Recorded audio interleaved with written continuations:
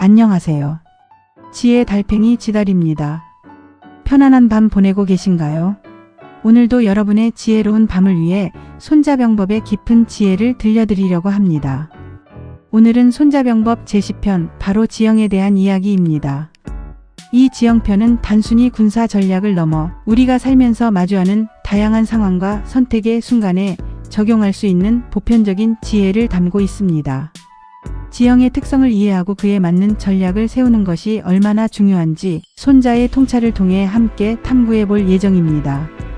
지형은 말 그대로 땅의 형세, 즉 지형이 전쟁에 얼마나 큰 영향을 미치는지를 다루는 중요한 편입니다. 손자는 전투에서 지형을 아는 것이 승패를 가르는 핵심이라고 강조했는데요. 같은 병력으로 싸워도 지형에 따라 이기고 지는 것이 달라진다고 말이죠. 이는 병사의 수나무기의 우수성만큼이나 싸움이 벌어지는 환경, 즉 지리적 조건의 이해가 승패에 결정적인 영향을 미친다는 의미입니다. 손자는 추상적인 개념에 머무르지 않고 구체적인 지형 분류와 그에 따른 전술을 제시하며 실용적인 지혜를 제공하고 있습니다. 우리는 이 지혜를 통해 단순히 전쟁사를 넘어 우리의 삶 속에서 어떻게 유리한 환경을 조성하고 불리한 상황을 극복할 수 있을지 통찰을 얻을 수 있을 것입니다. 그럼 손자가 분류한 6가지 지형과 각 지형에 따른 전략들을 하나씩 자세히 살펴볼까요? 이 지혜들은 비단 전쟁뿐 아니라 우리가 살아가는 일상 속 다양한 상황에도 적용될 수 있을 겁니다. 예를 들어 새로운 사업을 구상할 때, 팀 프로젝트를 진행할 때, 혹은 개인적인 목표를 달성하려 할 때도 이 지형의 원리들을 대입해 보면 분명 큰 도움이 될 것입니다. 첫 번째 지형은 바로 통영입니다. 통할 통자를 써서 통영인데요. 아군과 적군 모두 자유롭게 왕래할 수 있는 지형을 말합니다. 말 그대로 탁 트인 평원이나 넓은 벌판 같은 곳을 생각하시면 이해하기 쉬울 거예요. 이러한 통영은 양측 모두에게 이동이 자유롭다는 점에서 기동력이 승패를 좌우하는 중요한 요소로 작용합니다. 손자는 이런 곳에서는 누가 먼저 유리한 위치를 차지하느냐가 중요하다고 가르칩니다. 구체적으로 높은 곳, 즉 고지를 먼저 점령하고 햇볕이 잘 드는 양지 바른 곳을 확보하며 군량미와 보급로를 굳건히 확보하는 것이 유리하다고 강조합니다. 높은 곳을 차지하면 적의 움직임을 한눈에 파악할 수 있고 방어에 유리하며 아군의 사기를 높이는 효과도 있습니다. 양지 바른 곳은 병사들의 건강과 사기 유지에 도움이 되며 보급로 확보는 장기적인 전투를 가능하게 하는 생명선과 같습니다. 통영에서는 기동성과 보급이 승패를 좌우하기 때문이죠. 누가 더 빠르고 효율적으로 움직이며 병사들에게 충분한 지원을 해줄 수 있는가가 관건인 셈입니다. 이 지혜는 우리 삶에도 시사하는 바가 큽니다.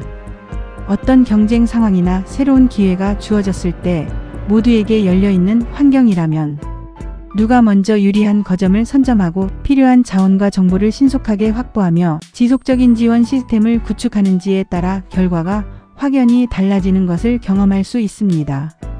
적극적인 선제 공격과 철저한 준비만이 통영에서 승리를 쟁취할 수 있는 길임을 손자는 우리에게 알려주고 있습니다.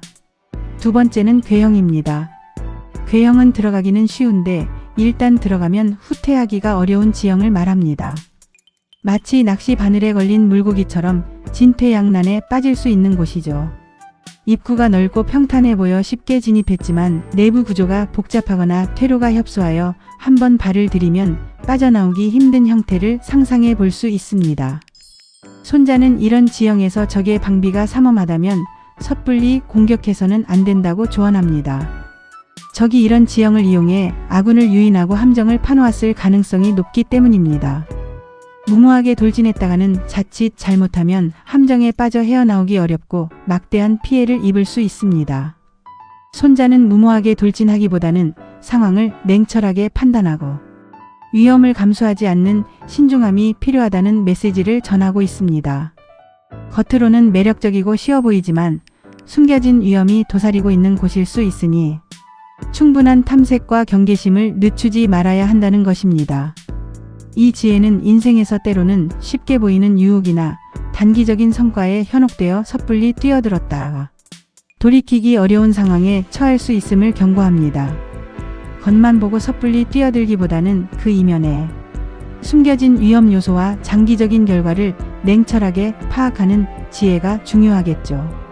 충동적인 결정보다는 철저한 분석과 예측을 통해 불확실성을 최소화하는 자세가 괴형과 같은 상황에서 우리를 지켜줄 것입니다.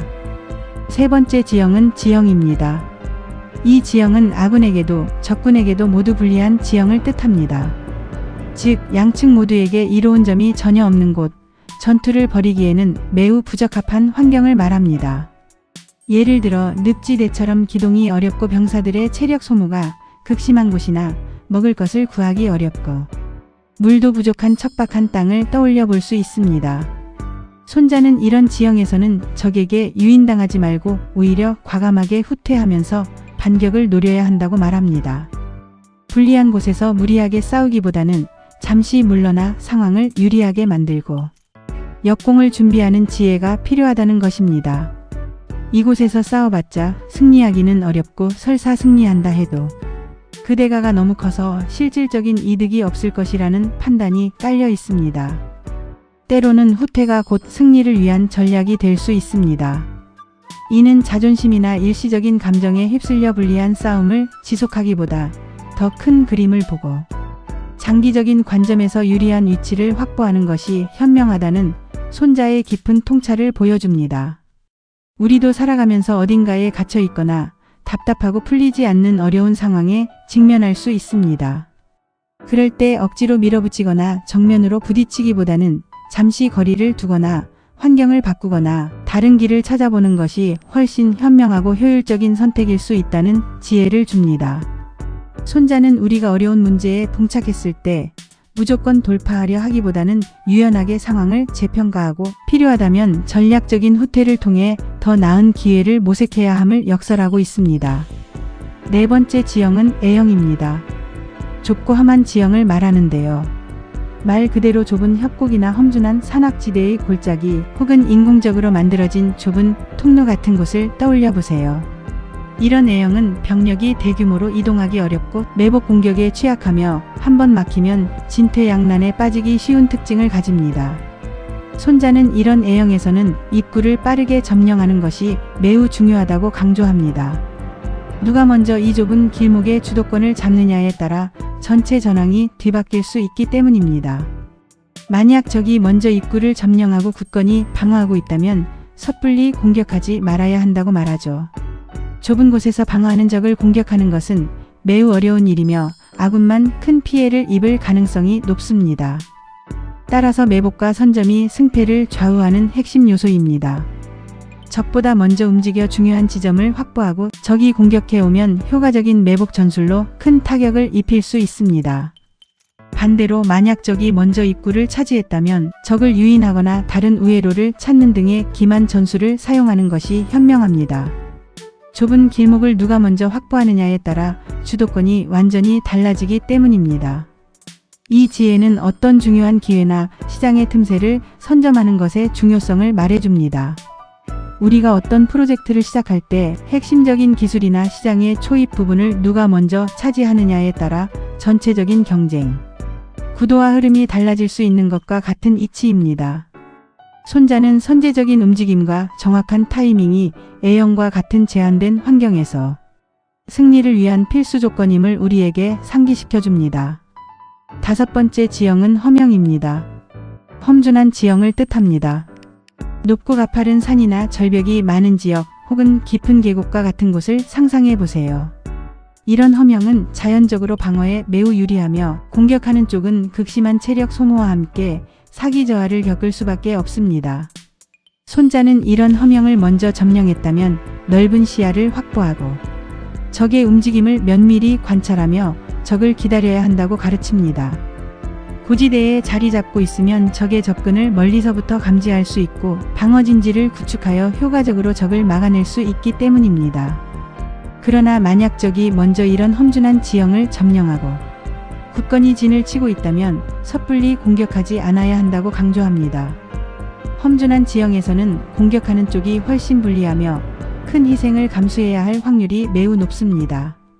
이런 상황에서는 병사들의 피로관리도 매우 중요하다고 손자는 덧붙입니다.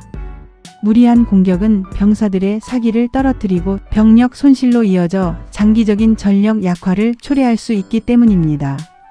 따라서 적이 유리한 위치에 있을 때는 무리한 공격을 삼가고 아군의 전력을 보존하며 기회를 엿보거나 다른 돌파구를 찾는 것이 현명한 전략입니다. 살면서 마주하는 어려운 난관 속에서도 서두르기보다는 신중하게 때를 기다리고 에너지를 잘 관리하며 불필요한 소모전을 피하는 지혜가 필요하다는 것을 알 수 있습니다. 손자는 허명과 같은 압도적으로 불리한 환경에서는 무모한 용기보다는 인내심과 상황, 판단 능력이 더욱 중요하다고 강조하며 때로는 기다림이 가장 강력한 전략이 될 수 있음을 시사합니다. 마지막 6번째 지형은 원형입니다. 멀리 떨어진 지형을 의미합니다. 아군과 적군이 서로 멀리 떨어져 있어 병력 이동에 많은 시간과 노력이 필요한 상황을 말하는데요. 이는 지리적인 거리뿐만 아니라 보급선의 길이, 통신 문제 등 여러 요소를 포함합니다. 손자는 세력이 비슷할 경우 이런 멀리 떨어진 지형에서는 섣불리 싸움을 걸기 어렵고 싸우더라도 불리하다고 말합니다. 장거리 이동은 병사들의 체력을 고갈시키고 사기를 저하시키며 보급 문제를 야기하기 때문입니다. 특히 먼저 싸우려고 달려드는 쪽이 오히려 불리해진다는 것이죠. 멀리서부터 공격해 오는 쪽은 이미 상당한 피로가 누적되어 있을 것이고 보급선도 길어져 취약해질 수밖에 없습니다. 이런 곳에서는 보급과 병참을 우선적으로 고려해야 합니다. 군대가 멀리 이동해야 하므로 식량과 물자 그리고 병사들의 건강을 유지하는 것이 무엇보다 중요하기 때문입니다. 충분한 보급 없이는 아무리 강력한 군대라도 장거리 작전을 성공적으로 수행하기 어렵습니다. 이는 큰 목표를 향해 장거리 여정을 떠날 때 단순히 목표만 보고 달려가는 것이 아니라 그 과정에서 필요한 자원과 준비를 철저히 하고 지속 가능한 시스템을 구축하는 것이 얼마나 중요한지를 알려주는 지혜입니다. 손자는 원형과 같은 상황에서는 단기적인 성과보다는 장기적인 관점에서 보급과 병참의 중요성을 강조하며 인내심을 가지고 철저히 준비하는 자만이 결국 승리할 수 있음을 역설합니다. 무리한 원정은 필패의 지름길임을 경고하고 있습니다. 손자는 이렇게 6가지 지형을 분류하고 각 지형에 맞는 전술을 설명하며 똑같은 병력이라도 지형에 따라 이기고 지는 것이 달라진다고 거듭 강조했습니다. 전쟁에서 지형을 파악하는 것이야말로 승패를 가르는 핵심 요소라는 것이죠. 이는 단순히 지도를 보는 것을 넘어 지형이 가지는 전략적 의미와 그것이 아군과 적군에게 미치는 영향을 깊이 이해해야 한다는 뜻입니다. 또한 적이 유리한 지형에 먼저 도착하여 굳건히 방어하고 있다면 정면으로 공격하는 무모함을 피하고 대신 적을 유인하거나 기동하는 전략을 활용해야 한다고 조언합니다. 예를 들어 적이 유리한 고지를 점령하고 있다면 직접 공격하기보다는 병력을 우회시켜 적의 보급선을 끊거나 후방을 교란하여 적이 스스로 유리한 지형을 버리고 나오도록 유도하는 방법 등을 사용할 수 있습니다. 무작정 힘으로만 밀어붙이는 것이 아니라 상황과 환경을 읽고 유연하게 대처하는 지혜가 중요하다고 할 수 있습니다. 손자의 이러한 가르침은 고정된 전략이 아닌 변화하는 환경에 맞춰 유동적으로 대응하는 변화에 대한 지혜를 우리에게 전해줍니다. 어떠한 상황에서도 환경을 먼저 이해하고 그에 맞는 최적의 전략을 수립하는 것이 승리의 첫걸음임을 손자는 분명히 하고 있습니다. 이처럼 손자병법 지형편의 지혜는 비단 전쟁터에만 국한되지 않습니다. 우리가 직면하는 다양한 상황, 예를 들어 새로운 사업을 시작할 때, 팀 프로젝트를 진행할 때, 인간관계를 맺을 때, 혹은 개인적인 목표를 달성하려 할 때도 이 지형의 원리들을 적용해 볼 수 있습니다. 현재 내가 처한 상황이 어떤 지형에 해당하는지 파악하고 그에 맞는 전략을 세운다면 훨씬 더 현명하고 성공적인 결과를 얻을 수 있을 것입니다. 사업의 영역에서는 시장 상황이 통영인지, 궤형인지, 지형인지를 분석하여 진입 시기와 전략을 결정할 수 있습니다. 개인적인 목표 달성에서는 나의 강점과 약점이 어떤 지형과 비슷한지 파악하고 유리한 상황은 선점하며 불리한 상황은 피하거나 우회하는 전략을 세울 수 있습니다. 인간관계에서도 상대방과의 관계 지형을 파악하여 어떻게 소통하고 다가가야 할지 지혜를 얻을 수 있을 것입니다. 지형편은 우리에게 주변 환경을 냉철하게 분석하고 그에 따라 유연하게 사고하며 적절한 행동 방침을 수립하는 능력을 키워줍니다. 오늘 밤 여러분이 마주하고 있는 상황은 어떤 지형에 가까운가요? 혹시 A형처럼 좁은 길목에 서 있다면 먼저 움직여 주도권을 잡아야 할 때인지, 아니면 K형처럼 빠져나오기 어려운 곳에 갇혀 있다면 잠시 멈추고 신중하게 출구를 찾아야 할 때인지를 고민해 보세요. 또는 불리한 지형에서 무모한 싸움을 계속하고 있지는 않은지, 아니면 먼 길을 떠나기 전 보급과 준비를 소홀히 하고 있지는 않은지 되돌아볼 기회입니다. 손자병법의 지혜가 여러분의 현명한 판단에 작은 도움이 되기를 바랍니다. 오늘 배운 지형의 지혜를 떠올리며 여러분의 내일을 더욱 지혜롭게 만들어가는 시간을 가져보세요. 단순히 지식으로만 그치는 것이 아니라 이 지혜들을 여러분의 삶에 적용하여 실제적인 변화를 만들어 나가시길 바랍니다. 지금 당장 여러분이 해결해야 할 문제나 혹은 새롭게 시작하려는 일이 있다면 오늘 배운 6가지 지형의 특성을 한번 대입하여 생각해 보는 것은 어떨까요? 분명 예상치 못한 새로운 통찰을 얻게 될 것입니다. 여러분의 삶이 손자병법의 지혜로 더욱 풍요롭고 현명해지기를 응원하며 이상 지혜의 달팽이 지다리였습니다. 편안한 밤 되세요.